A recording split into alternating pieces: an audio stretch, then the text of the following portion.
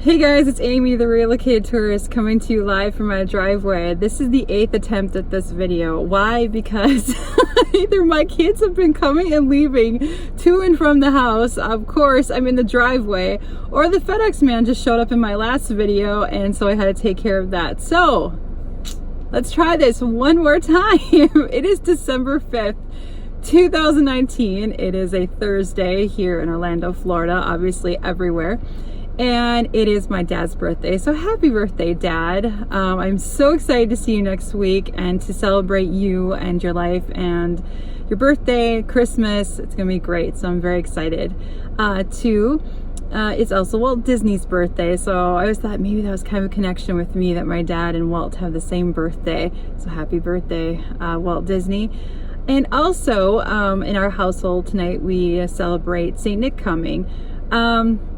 It's actually celebrated tonight. He comes tonight. So I always remembered it was my dad's birthday when I was little growing up. And I was always like, oh, it's Dad's birthday. And then St. Nick comes tonight. So I got all this stuff in my stocking. It's so exciting. Well, we celebrated in our family this morning. I put stuff in last night for my kids. And yes, this mom of my 2 adult children, keep in mind, still put stuff in their stockings. It's obviously grown from when they're little kids to teenagers to now adult women. So, you know, it was so much easier when it was toys because now it's either makeup or I'm looking for like creative things, you know, that they like. And then they still kind of, they still like the little stuff. Like I get them the gold chocolate coins every single year. You kind of go with the traditional stuff as well. So Kira unfortunately has a funeral to fly to tomorrow morning, so we didn't want her to be rushed in the morning and not be able to look at her stocking and enjoy it. We kind of go above and beyond on the 5th for stockings, and then I do a little bit here and there until the 25th. My mom and dad did the same tradition with my brother and I, and they would hang our stockings actually not near the fireplace, but they hung them up on the stairway to our bedrooms. And so every time Ryan and I went up and down the stairwell to our rooms, we would pat our stocking. It became kind of a nervous tick because my dad would slip in dollars sometimes, and so they're flat, you know, so we'd walk up when we pat the stocking.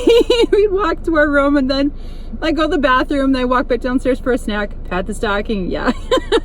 So anyway, I carried the tradition on with my kids, and yeah, they're now 19 and 26, and those kids still get stockings because, I don't know, maybe it's the kid in me, the mom in me, who knows, but I'm carrying the tradition on. So yeah, so much going on today. So Rise of the Resistance opened today, and as you know, or maybe not know, I am waiting till my dad gets here next week to ride it with him for the first time. But my oldest, Kira, actually went and braved the crowds this morning. So she was there at 5:30 this morning. She said they parked in the first row. They walked on in, had no problem getting in the park. They said once you got in the park, they told you to go onto the My Disney Experience app, and that's where you get your boarding time. So it was nothing like they had to rush back into Galaxy's Edge. It wasn't getting in line to Galaxy's Edge. It was literally, you had to jump on My Disney Experience and get your boarding group, excuse me, not time, boarding group. So Kira was put in boarding group number 35. Now, again, she was there at opening, you guys, at 6 a.m. and she was already group 35. So when she told me that and texted me all this information during the day, she just got home a little while ago. I thought, okay, so it must be numerical, right? Like number, you know, the first 20 people were group 1 or whatever. No, Kira said that people were standing next to each other who were not linked up. And someone was getting group 5, or someone who was there at 4 a.m. was getting group 25, which I think is ridiculously unfair. So maybe someone can clear that up if that's true or not true. She said that it was definitely a lot of chatter among people that they weren't getting, it didn't seem fair. So that being said, she said that you can leave the park. So you can get your boarding group and leave the park. Here's the catch. If they will send you like a text or an update, whatever it is, and says, you know, you're boarding now. You have 2 hours, Kira said, 2 hours to get back to the ride to ride it. So what does that mean? Well, it does mean you can leave the park. Can you get to Studios from any of the other parks within 2 hours? Absolutely. what kind of is a pain, I guess, is like for those of us who live around the parks, we're not obviously 2 hours out. So you could actually go into the park, I guess. I could go get my boarding time and then go home, I guess. I don't know why I would. And then come back and use it. Here's the thing though. I could be on the way home after getting that boarding time and boom, that's when they tell me it. So there doesn't seem a rhyme or reason in when you get your boarding time or your boarding group. So if your boarding group number 50, you have to assume, okay, so that must be the afternoon group. And Kira said, it sounds like it's morning groups, afternoon groups, evening groups, and then I don't know the other one, maybe try your luck group. So it's kind of confusing because it's not a fast pass time you're getting, you're getting a group number. And she said when they were leaving, I think they were only in the 40s or 50s, and she said that she had heard that they had gotten up to 150 groups before they cut off. So if she's home, I mean, here it's right now it's 3:16 as I am recording this. She got home about an hour or two ago. So if they're only in the 50s or 60s right now, you can imagine, I don't know if the groups in between 100 and 150 are going to see that ride today. She said they did not leave Galaxy's Edge for the duration of the 6 hours they were there. They were so nervous about being called up faster or whatever that they weren't comfortable. And that's another thing too. I mean, again, you could leave the park and they could surprise you and be like, hey, guess what? Your group is up. I assume they think you're just going to be in the park all day. They'll call you when they call you, kind of it sounds like when you board a plane, you know, like group A, group B, group C. So she said, you know, it's called by groups of 10, it sounds like. So groups 1 through 10, and then 10 through 20, and so on and so forth. A good thing to note, she did say from the time that they entered the ride after their group was called for the attraction, from the start of the attraction to when they got off the ride, okay, was 50 minutes. That's a lot of time for an attraction.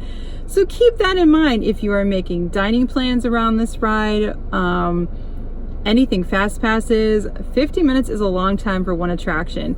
Now you figure sometimes those with Soarin' and Test Track, a lot of those you can be held up in a line for a good 30 to 40 minutes, and then you've actually got the ride in there too. So I guess 50 isn't too bad, but she said literally from the start to the finish, it's 50 minutes.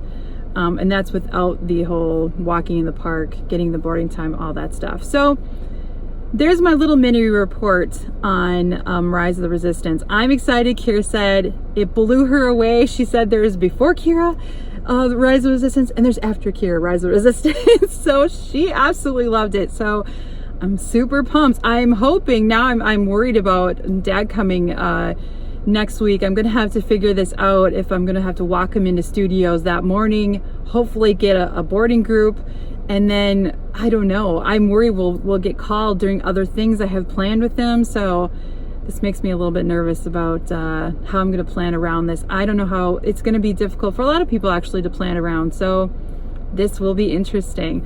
But I do have it on Facebook. Here did take a picture. They stopped all the boarding groups about 8:45 this morning. They were full, which means you can walk in, get excited, hear the rides open. You know, sorry, you can't ride it today, which just stinks. It just stinks. So, I just have a little side rant about opening day stuff. I have done opening day stuff for Galaxy's Edge, Toy Story Land, Fantasyland. I've done a bunch of them.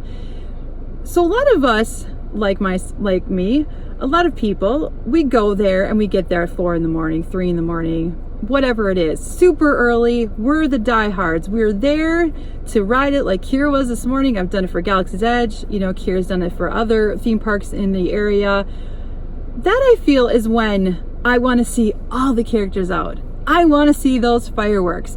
I want to see, you know, Hollywood Boulevard lit up Star Wars style, stormtroopers down the streets, just like a red carpet welcome, because it is opening day.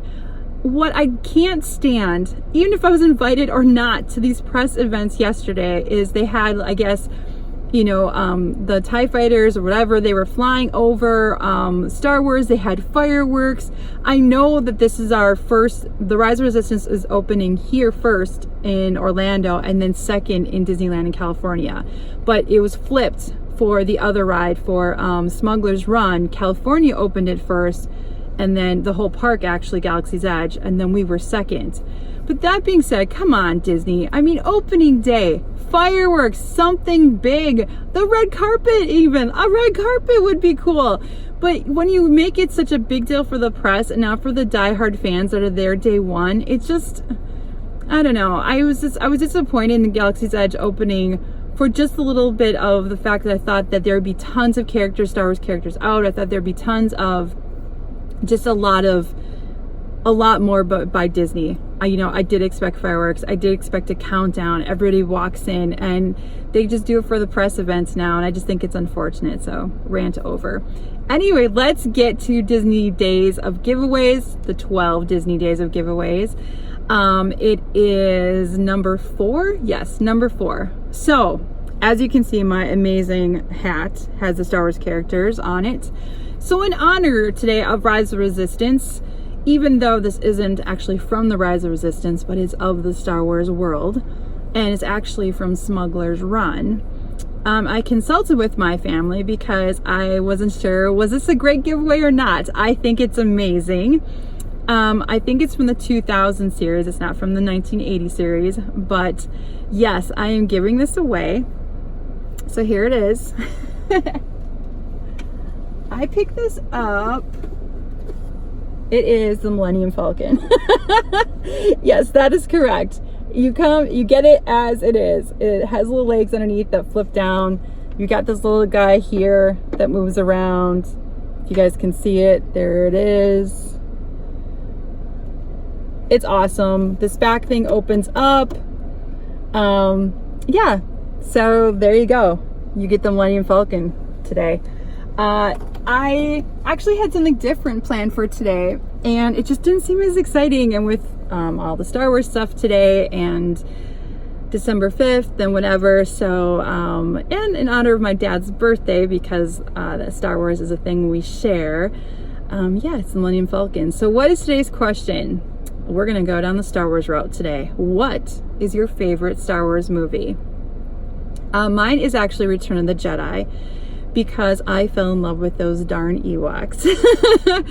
I love the Ewoks. So I was so enamored. I got to meet Warwick Davis on one of the Star Wars weekends back in the day when they had them. And I was so excited to meet him. And we actually named one of our dogs growing up Wicket. So I don't know if you guys remember the spin-off movies of the Ewoks and the little girl with the blonde curly hair, and I just love the Ewoks. So Return of the Jedi, I love the whole thing, but the Ewoks are my absolute favorite Star Wars characters. So anyway, there you go. So good luck for everybody. Please make sure you like, comment, and you must be sharing this video. So share it right off Facebook if you want, but please make sure you're sharing the video every day. To qualify, you must share the video. Make sure you like it. Make sure you put a comment here on YouTube or on Facebook. And as always, you know, just, I hope you're having an amazing day. I hope you're having a great Thursday. There's really nothing else to say. It's 77 degrees here. We're warming up.